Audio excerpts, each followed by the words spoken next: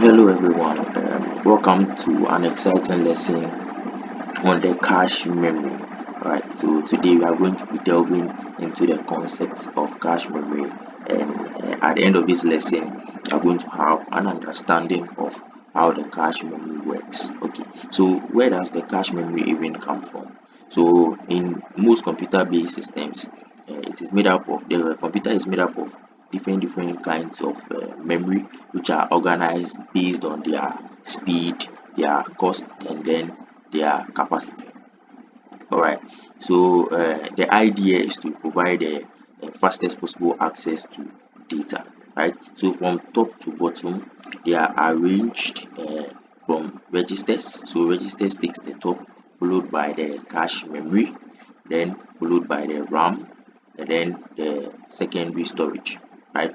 So without wasting much time, let's delve into the cache memory and what it is about.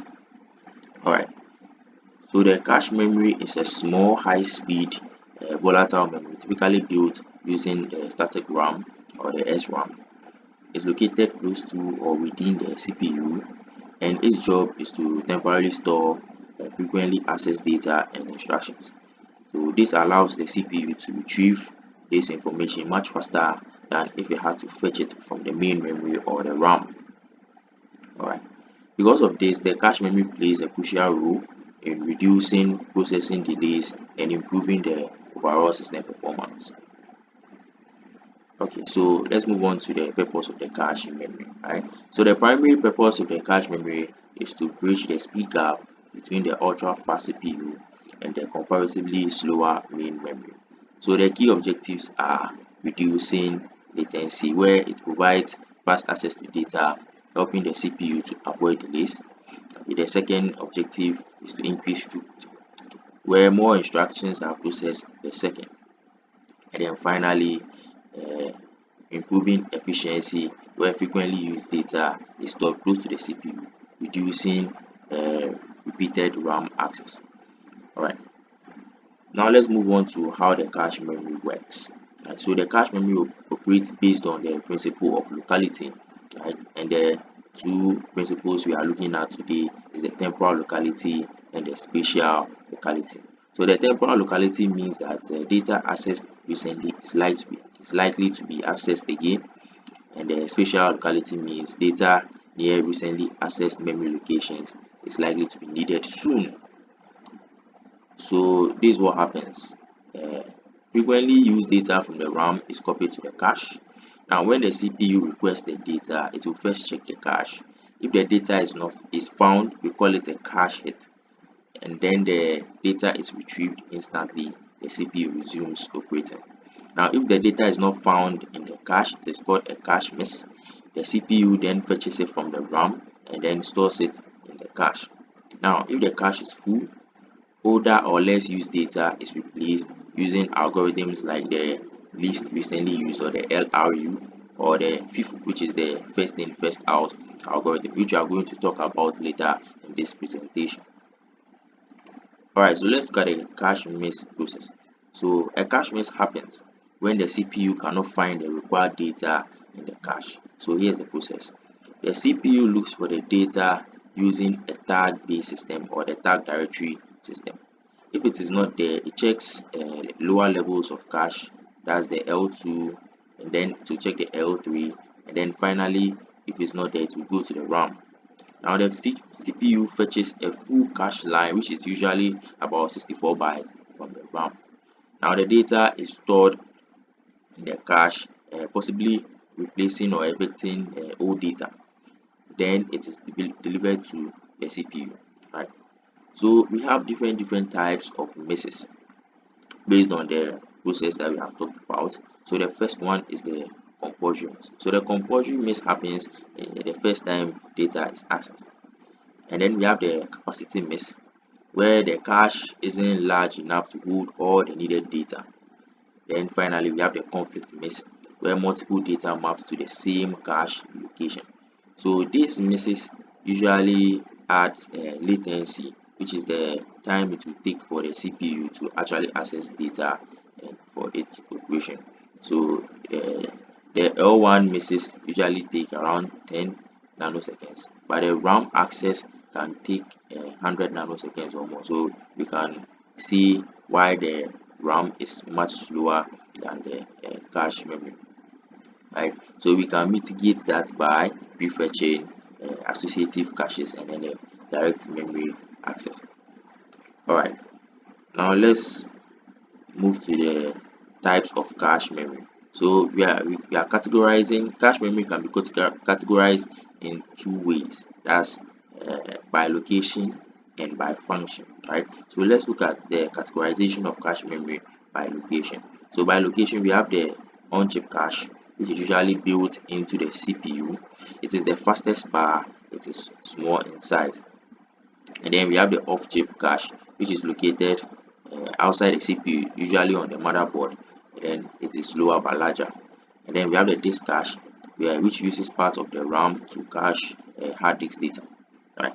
So that's the categorization by location. Then we have categorization of the cache memory by function. So we have the instruction cache, which stores frequently used instructions. And we have the data cache, which stores frequently accessed data. And then we have the unified cache, which combines both the instruction cache and the data cache into a single memory block. Right. Then we move on to the cache memory levels. Okay, so modern CPUs use a multi-level cache system, right? Which is made up of the L1 cache, the L2 cache, the L3 cache, and even sometimes the L4 cache. So let's look at the L1 cache. So the L1 cache is usually on core, which means that it is built into each CPU core.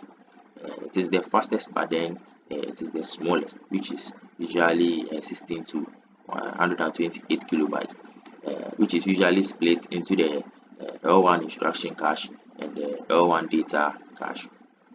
Right. Then we have the L2 cache. So the L2 cache is larger than the L1, which is about 256 kilobytes to 2 megabytes. It is slightly slower and it is often shared by a few cores.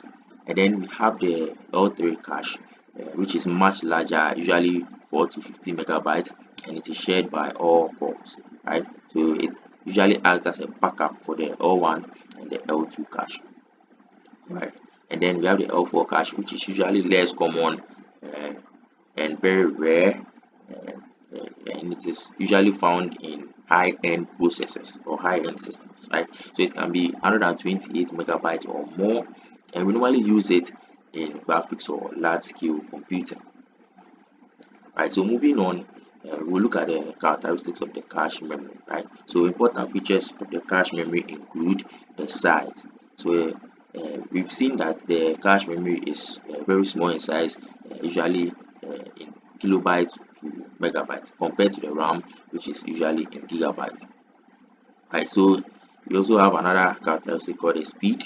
Now the cache is extremely fast, nearly as fast as the CPU itself.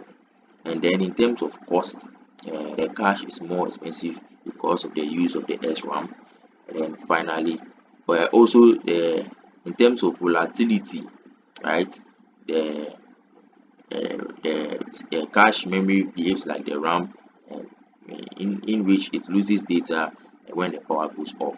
And then we can also talk about the access time, right? So L1 takes 1 to 2 cycles, the L2 takes 5 to 10 cycles, L3 takes 20 to 30 cycles, and the RAM can take over 100 cycles. All right. Now there's a concept used in the cache memory called cache coherence, right? So what this means is that in multi-core processors, each core may have its own cache. Now, if one core updates a value in its cache, the other caches might still hold an old copy. Now, what this does is it creates inconsistency, right? So cache coherence protocols like the MESI, short form for modified exclusive shared invalid, ensure that all the caches have consistent data, right? For example, if one cache modifies data, others either update or invalidate their copies to maintain the consistency, right? So let's look at the cache replacement policies. So when the cache is full, it needs to evict old data, The system decides using policies such as the LRU, which is the least recently used, by removing the data that hasn't been accessed for the longest time. And then we have the second policy called the FIFO, short form for first in, first out, which usually evicts the oldest data. And then we have the random policy, where it selects a cache line randomly to replace. Usually it is simpler, but it is less efficient. Alright, so now let's look at the advantages of cache memory. So the cache memory provides several benefits, right? So in terms of speed, it gives faster access to data, reducing CPU wait times, right? And then in terms of efficiency, uh, it makes dependency on the slower RAM less, right? So there's less dependency on the slower RAM. And then in terms of performance boost, it gives the machine a performance boost, and it's vital in gaming, video editing, simulations, etc. Now, despite its importance, the cache memory has some drawbacks, right?